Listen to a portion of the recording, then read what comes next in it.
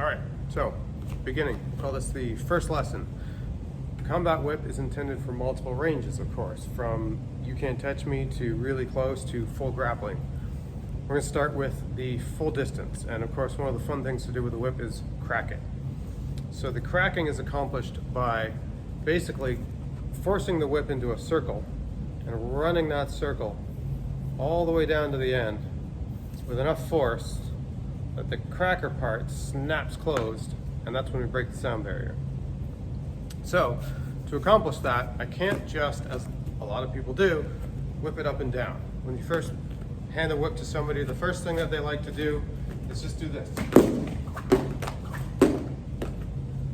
That's not really going to work. Yes, with some finesse I can make it crack, but not the way we want to make this happen. So what I want to do is, as I'm bringing it up, I'm going to start with the whip down nice and low. I'm going to bring it up and I let it pass my shoulder. So I just go up and down, it's not really going to work. I want to let it come past my shoulder so that when I roll forward, I get that circle that I'm talking about. It ends up looking like this.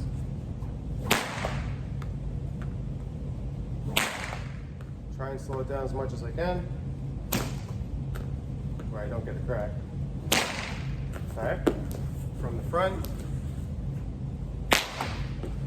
allows me to shoot it straight out at you. To give it a little bit of extra, at the end, you can see how I'm holding it.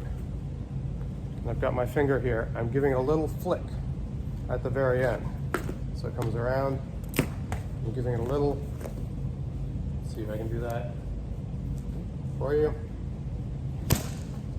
At the end, give it a little extra punch right at the end, because I'm just trying to create that circle again. So I can do that from here, just coming up. Oops, when I hit the tripod. Coming up. Forward.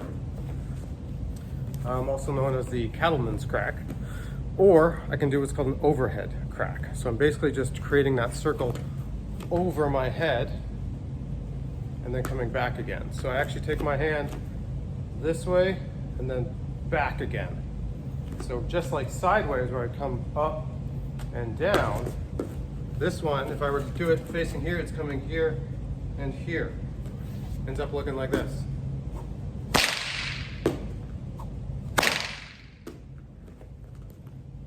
So both good ones for being able to create that cracking sound and kind of creating a zone around yourself, essentially.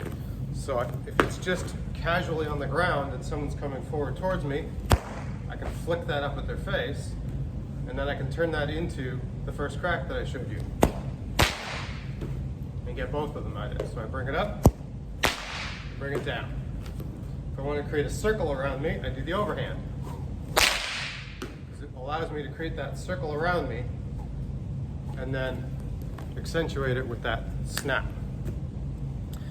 As you get comfortable with that, you can start tightening up the circle and you can make it happen a little bit faster. It doesn't have to be such a grandiose motion, but just to start with, you really want to do that to get comfortable with that and realize kind of what's required to create that momentum. With a typical bullwhip, you've got a, say, 1 foot-ish handle to work with, and that handle, just like using a hammer, allows you to create a lot of leverage with very little movement. With these, I don't have that, so that handle portion is essentially my arm. I need to move my hand fast enough to create that extra bit of momentum and that extra bit of energy to create the crack. So like I say, as you get comfortable with it, you can start tightening those up. I can come just off my shoulder, and it's usually on that second one I can actually get enough of a crack.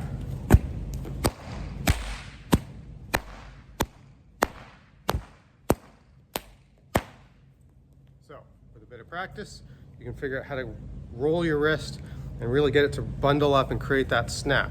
But don't jump to that part. You really do need to start with the first 2 cracks, really big movement, get comfortable with that so you can feel how much weight is required and how much energy is required in the whip to get it to actually create that crack and not just be sort of flopping and getting you nothing. So from distance, that'll be lesson 1, had to create some cracks.